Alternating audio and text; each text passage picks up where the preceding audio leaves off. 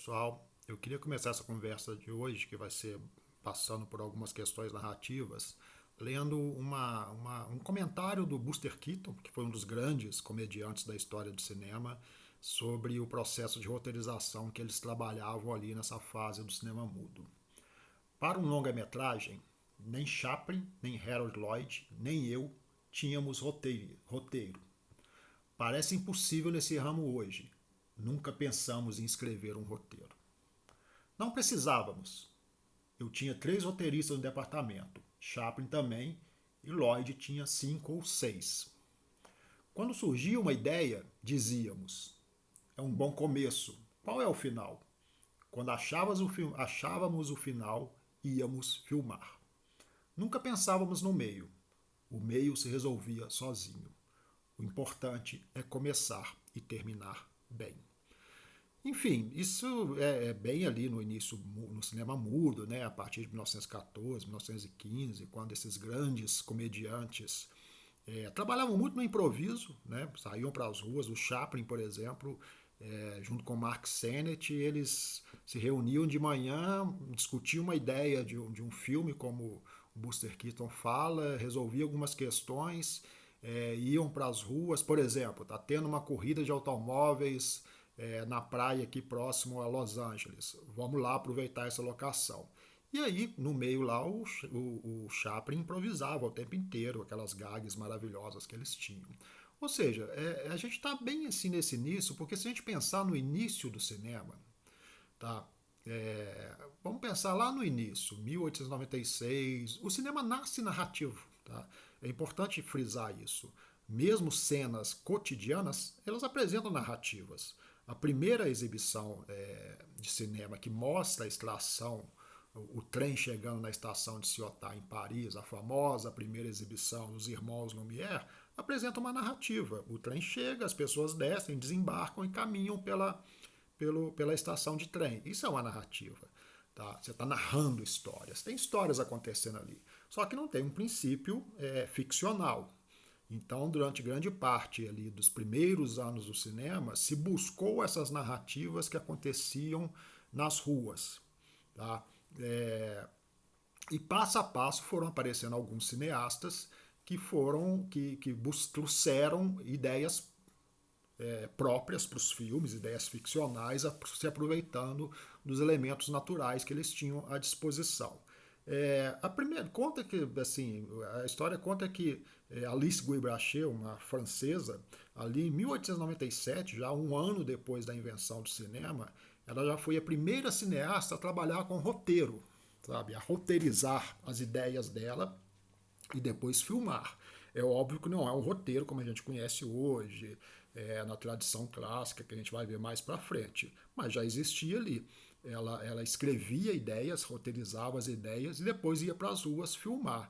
Um filme muito famoso dela, que inclusive flerta com surrealismo, né, muitos anos antes do Luiz Buñuel, é um filme muito curto, né? Os filmes eram bem curtos nessa época, em que ela encontra bebês recém-nascidos numa plantação de repolho. E ela vai tirando os bebês e por aí vai. Então ela é considerada a primeira roteirista da história do cinema, né?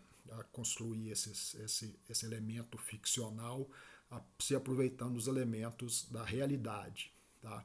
Curiosamente, a base do maior movimento da história do cinema, que é o neorrealismo, é a mesma. Construir ideias ficcionais se aproveitando da realidade que está à disposição de todos nós, nas ruas, nas casas, enfim. Tá? Lá na década de 40, o cinema volta um pouco às suas origens. E aí, passo a passo, à medida que os filmes crescem, principalmente de formato, de duração, vão aparecer necessidades. Tem 2 cineastas que já estão associados muito aos princípios narrativos nesse momento. Um dos textos que está lá postado para vocês trata um pouco dessa questão do realismo, né? Do cinema associando o realismo e a magia do cinema. Vocês percebem que no texto se discute uma coisa fundamental na história do cinema, que é a impressão de realidade. Tá? A impressão de realidade, ela desde o início do cinema, ela foi muito forte para provocar a identificação com o espectador. Os pioneiros do cinema se aproveitaram que desenvolveram esse processo de identificação através da reprodução fotográfica, né, que é o filme, era uma película fotográfica, da realidade. E lógico que mesmo trazendo ideias ficcionais nisso, isso provoca uma sensação de realismo e identificação muito forte no espectador. Talvez por isso o cinema tenha se transformado numa potência de entretenimento, até mesmo econômica, desde o início. Porque ver nas telas, numa sala escura, na sala de cinema, aquilo que está próximo de você, com aquela quase perfeição, de como se você estivesse vivenciando aqueles acontecimentos, é de uma força emotiva impressionante. Tem um livro que eu gosto muito que chama O Espectador Noturno, Os Escritores do Cinema, que é um livro que reúne artigos é, de, na maioria, escritores, né?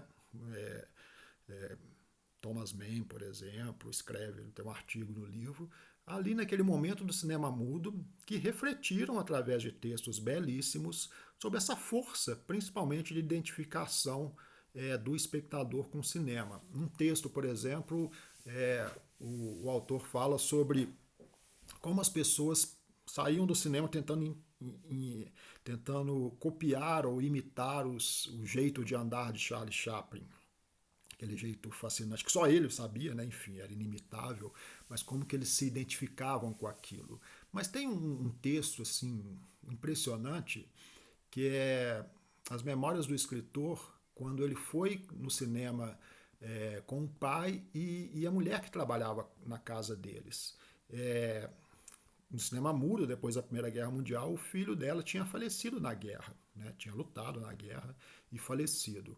E era um filme de guerra que eles foram assistir.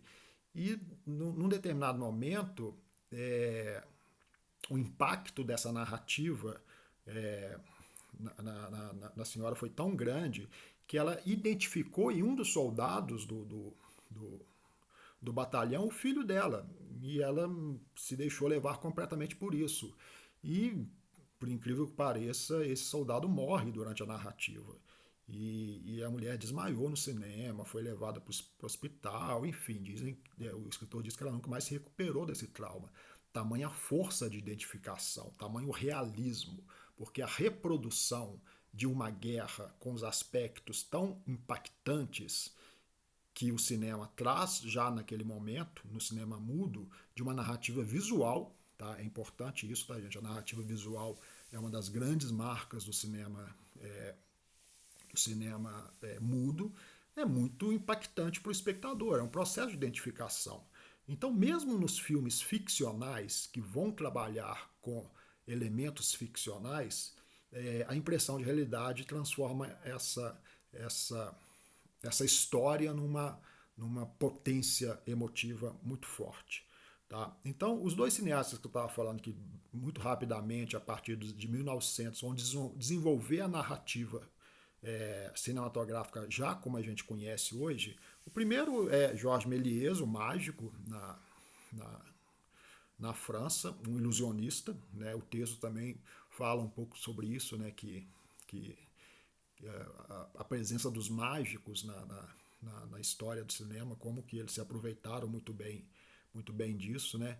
O Georges Méliès ele faz o filme chamado Viagem à Lua, e ali ele já apresenta os princípios narrativos que a gente conhece até hoje, principalmente se você for associar uma história com a narrativa linear.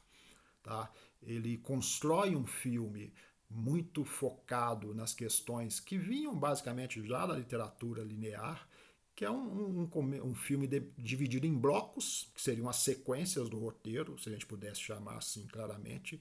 Cada roteiro ele é dividido por sequência, essas sequências determinam uma ação, geralmente em um determinado ambiente, pode até mudar de ambiente, mas não interrompendo aquela ação, e ali ele já constrói isso e intercalando entre uma sequência e outra, entre uma ação e outra, as chamadas elipses. Então ele já trabalha com o princípio narrativo do cinema que a gente conhece até hoje. Então o primeiro bloco narrativo, que seria a primeira ação, são os personagens, os cientistas preparando a viagem, discutindo a viagem para a Lua. Depois tem uma elipse de tempo, né? Eles saem por um quadro e vão construir o foguete, tá? Aí essa segunda ação termina com o lançamento do foguete e a chegada, famosa imagem, né, que está retratada de forma belíssima na invenção de Hugo Cabret do Scorsese, né? Eles chegam na Lua com o foguete cravado no olho da Lua, tem a sequência ali da Lua e depois o retorno para a Terra. Então é chamada narrativa linear. Essa narrativa linear, ela apresenta a história com começo, meio e fim. É o que o Buster Keaton fala. Nós temos um começo e temos um final. O meio não é tão importante, mas se você tiver um começo muito bom e um final muito bom, que é a chamada narrativa linear, você tem uma história, você pode filmar. Tá? O outro cineasta que tá bem contemporâneo ali ao Jorge Méliès é o Potter, né? Um cineasta americano que ali começa bem ali no início do cinema mudo nos Estados Unidos, e ele já traz uma novidade para o filme, que é dentro de uma narrativa linear, ele intercala com montagem alternada. Então ele faz isso num filme sobre. A primeira vez que ele faz é um filme sobre o resgate do corpo de bombeiros a uma casa de 2 ou 3 andares, sendo que tá pegando fogo. Então tem aquela tradicional cena de rua, o corpo de bombeiro nas ruas, chega na casa e a hora que ele vai resgatar uma menina que está dentro do quarto, ele sobe pela escada, entra dentro do quarto, depois sai do quarto com a menina. E a câmera está do lado de fora filmando esse entrar e sair. A câmera não entra dentro do quarto. Tá? É a chamada narrativa sem interrupção. E aí ele sai e salva a menina. O Potter, depois que filmou essa sequência, terminou o filme, ele imaginou que ele poderia filmar dentro do quarto. Então ele voltou para o cenário, mesmo cenário, e inverteu o ângulo. Então quando ele cai dentro do quarto bombeiro, a câmera corta para ele dentro do quarto. E aí ele mostra o resgate da menina dentro da fumaça e tudo mais, e depois ele volta para fora, aí corta de novo para fora do quarto. Isso amplia a ação. Né? A gente costuma dizer, na verdade, que uma ação se amplia ou se retarda em função do uso desses jogos narrativos. Então a montagem alternada propicia ao espectador entrar mais no jogo narrativo do que simplesmente ficar lá de fora esperando o que vai acontecer. Ele vê o que está acontecendo do lado de dentro. Tá? Então isso também é uma evolução importante narrativamente nesses primeiros anos do cinema, porque os diretores passam a entender, basicamente, que os princípios da montagem são fundamentais para se contar histórias e fundamentais para aumentar o nível de participação, de ansiedade, de expectativa e de envolvimento do espectador. São os chamados princípios do jogo narrativo. O cinema é um jogo narrativo. Se é um jogo narrativo, alguém tem que participar desse jogo. E se espera que seja o espectador sentado na cadeira de cinema que participe desse jogo, com alternância de pontos de vista, vendo coisas que os outros personagens não podem ver, enfim. Tá?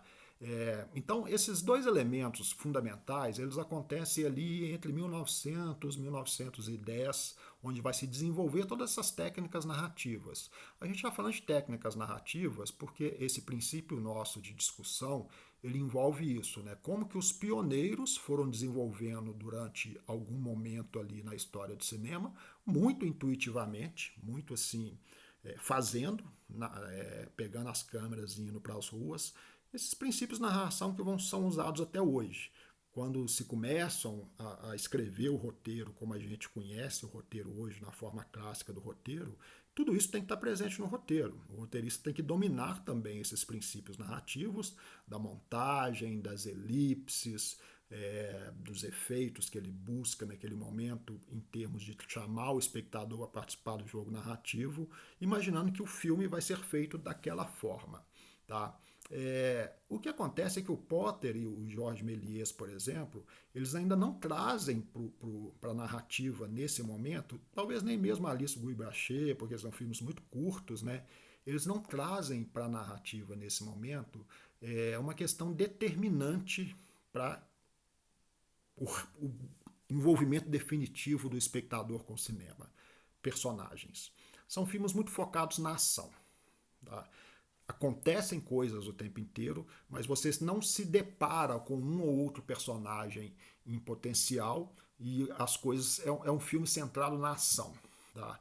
Isso acontece até hoje, né? Tem filmes que são centrados na ação e os personagens ficam pouco desenvolvidos. O responsável por trazer isso para o cinema é o Griffith, tá? Que é considerado o pai da linguagem cinematográfica. Não que ele tenha inventado, na verdade ele não inventou quase nada, mas ele deu uma dimensão a isso que não existia antes. Tem um filme do Griffith que chama The Girl and Her Trust, é um curta-metragem que é basicamente um faroeste, como o Grande Roubo do Trem do Potter também é um faroeste, né? Só que o Grande Roubo do Trem do Potter é centrado na ação, quer dizer, se rouba um trem, os bandidos fogem, depois um grupo de xerifes vai atrás deles até o clímax. Você não tem personagem em destaque, desenvolvido nada. O Griffith já começa a trabalhar com aquilo que a gente vai entender como sendo os princípios, poderia dizer até eternos da narrativa cinematográfica, que também vem da literatura, que são personagens bem construídos e que se identificam com o espectador. Então, num curta de pouco menos de 15 minutos, né, que é o The Girl and Her Trust, o Griffith já começa diferente. Ele não começa com a ação em si. Ele começa com a apresentação dos personagens. Então, são um casal de personagens que estão também numa estação de trem, né, a exemplo do Grande Roubo do Trem do Potter. Tem uma mocinha, né, a protagonista, e um rapaz entra ali, tem um flerte com ela, uma tentativa de sedução que não se concretiza, enfim, já traz esse momento lento, tá? Mesmo um curta-metragem, de uma certa lentidão, que é o que a gente chama da apresentação dos personagens, com os quais o espectador se identifica, porque você sabe claramente através do perfil físico deles, do jeito deles se vestirem, do jeito deles se comportarem, que eles são os chamados heróis do filme. Logo na sequência, o rapaz sai da sala da menina e desembarcam no trem os dois bandidos. E eles desembarcam com todos os trejeitos de bandidos. Eles desembarcam sorrateiramente, se escondendo, olhando de relance para o que está na frente. Diferente do primeiro personagem, são personagens mal vestidos. Quer dizer, o Griffith já caracteriza visualmente esse tipo de narrativa. Até o conflito. Tá? A chamada virada de roteiro também, que a gente conhece até hoje, acontece logo na sequência, porque esses dois personagens, eles invadem o escritório onde a menina trabalha e roubam um cofre. Tá? Essa é a primeira virada de roteiro, apresentou-se o conflito.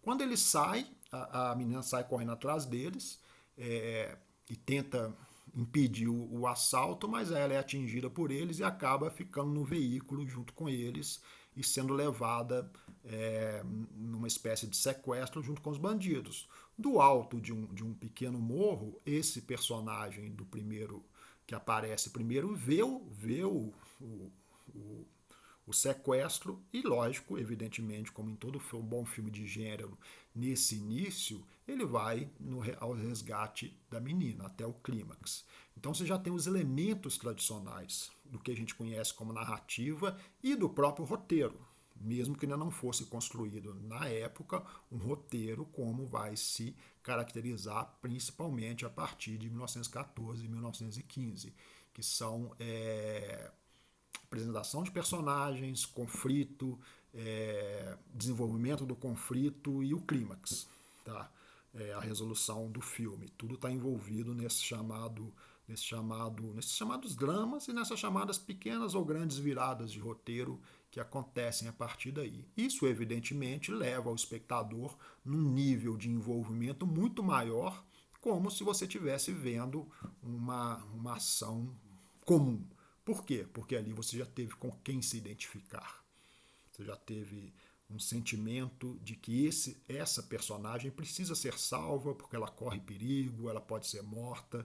e de repente esse herói pode ser o salvador dela. Então, quando termina o filme no chamado Happy End, que é muito caro ao cinema clássico americano durante muitos anos, né?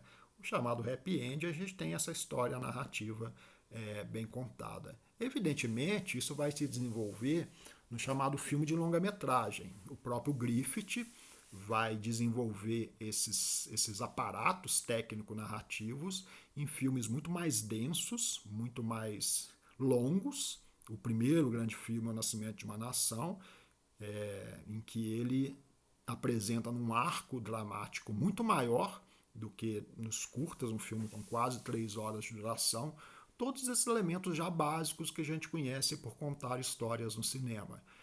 Em relação a desenvolvimento de personagens, em relação a conflitos que acontecem, a temática muito forte que é a guerra civil americana, o norte contra o sul, viradas de roteiro frequentes o tempo inteiro. Tem uma cena clássica do assassinato do Lincoln no teatro, onde o Griffith praticamente define a fragmentação do espaço dentro do teatro e como levar o espectador à emoção total, esperando pelo assassinato do Lincoln, com a fragmentação e com a montagem muito curta, acelerada, chamada montagem acelerada, até o ato final, que é o assassinato. Evidentemente, O Nascimento de uma Nação é um filme muito polêmico, porque ele passou para a história como um dos grandes filmes racistas da história do cinema, porque o Griffith basicamente ele glamoriza e coloca como heróis do filme a Ku Klux Klan, né, em vários momentos, despeja uma verve racista injustificável ou indefensável em cima de um filme que ao mesmo tempo é um épico e um épico revoltante por causa desses elementos. Mas, indiscutivelmente, é um dos grandes filmes que aponta definitivamente o que seria narrar em cinema usando os elementos técnicos, os elementos conceituais, os elementos ideológicos e até mesmo os elementos de construção de personagens e tudo mais, tá? Esse filme é considerado um marco em relação a narrar em cinema. É como se você pudesse dividir assim a história do cinema em termos narrativos, ela se divide em antes e depois de Griffith, antes e depois do Nascimento de uma Nação. Tá? O próprio Griffith depois ele faz um filme chamado Intolerância, que vem na sequência de O Nascimento de uma Nação, que ele novamente traz uma novidade narrativa, que é a chamada montagem paralela, que são histórias que se passam em épocas distintas, 4 histórias na história da humanidade, em que essas histórias são contadas de forma alternada, um pedaço de uma história do nascimento de Cristo e ressurreição, os Jardins da Babilônia, a noite de São Bartolomeu, né, a noite que é trágica na França, que teve um massacre nas ruas motivada por questões religiosas, e uma história contemporânea em que um jovem é acusado de um crime que não cometeu. O Griffith inova mais uma vez porque ele não deixa essas histórias terminarem num ritmo linear para o espectador. Ele intercala as imagens, as cenas por blocos narrativos, mas alternando entre as 4 histórias até o fim. Cabe ao espectador, novamente participando do jogo narrativo, entender esse processo narrativo. Tá? Então, esses primeiros anos do cinema mudo, eles basicamente, o que a gente pode aprender disso como narrativa é exatamente, mesmo que você ainda não tenha um roteiro construído da forma como a gente imagina que seria um roteiro, você tem esses exercícios narrativos. Como o Buster Keaton fala, o fato de não ter um roteiro não significa que não tem uma narrativa. Tá? O fato de você imaginar uma história com o começo e o fim, que são importantíssimos em qualquer narrativa. No começo você seduz o espectador e o final é aquele impacto que você se surpreende com decisões que você não esperava que acontecesse, dependendo do gênero. E o meio, ali, ele serve para avançar a narrativa, é óbvio, tá? Não estou desmerecendo o meio, não. Mas isso é importante em termos de narrativa. E o que vai acontecer é que a partir do Griffith, Charlie Chaplin, esses grandes nomes aí do cinema nesse momento, vão aparecendo outras correntes cinematográficas, como a vanguarda russa, o expressionismo alemão, é, o surrealismo aí no cinema mudo, o impressionismo francês, que eles vão incorporando a narrativas outras alternativas do que simplesmente contar de forma clássica uma história. Eles vão incorporando tendências como a direção de fotografia, a expressão do subconsciente no surrealismo, o cinema poético francês. Tudo isso vai acrescentando a narrativa nesse chamado cinema mudo, que é riquíssimo nesse momento. Tá? Então, assim, o que a gente tem que entender do chamado cinema clássico é que ele se constituiu em alguns pilares, que a gente ainda vai conversar sobre isso. Esses pilares são o Studio System, o Star System e o gênero cinematográfico. Esses três pilares que acontecem ali logo, basicamente, a partir de 1910, onde se começa a construir as chamadas majors cinematográficas, eles trazem para a narrativa e para a própria construção do roteiro algumas convenções que devem ser seguidas, que é chamado classicismo. O classicismo é formado de um método estrutural que você segue, aquele método estrutural, baseado num gênero, baseado num controle do processo. Tá? Esse controle do processo geralmente estava na mão dos produtores, então é um momento que se intensifica a partir do cinema sonoro em você separar o filme por etapas de produção, em que roteiristas simplesmente escrevem roteiro, simplesmente não é uma palavra boa, não. Roteiristas escrevem roteiro, né? E diretores filmam. Não se tem uma confluência entre os dois elementos, que é chamado cinema autoral. Tá? Na França, o cinema autoral sempre se desenvolveu de forma mais precisa. O próprio Georges Méliès era um diretor autoral. Ele ia desde a ideia até a finalização do filme. Mas nos Estados Unidos, no chamado classicismo, não. Tá? Esse classicismo estipulou algumas convenções baseado em normas estipuladas pelos estúdios, dependendo do tipo de filme que eles faziam, e essas normas deveriam ser seguidas para que todo o processo de produção estivesse no controle das mãos dos produtores. Tá? Vai demorar um tempo que a gente vai conversar também sobre esse processo. Tá? Enfim, essa conversa de hoje é um pouco sobre isso. Eu volto por aqui, a gente dá sequência com uma conversa sobre gênero cinematográfico. Ok? Abraço em todos.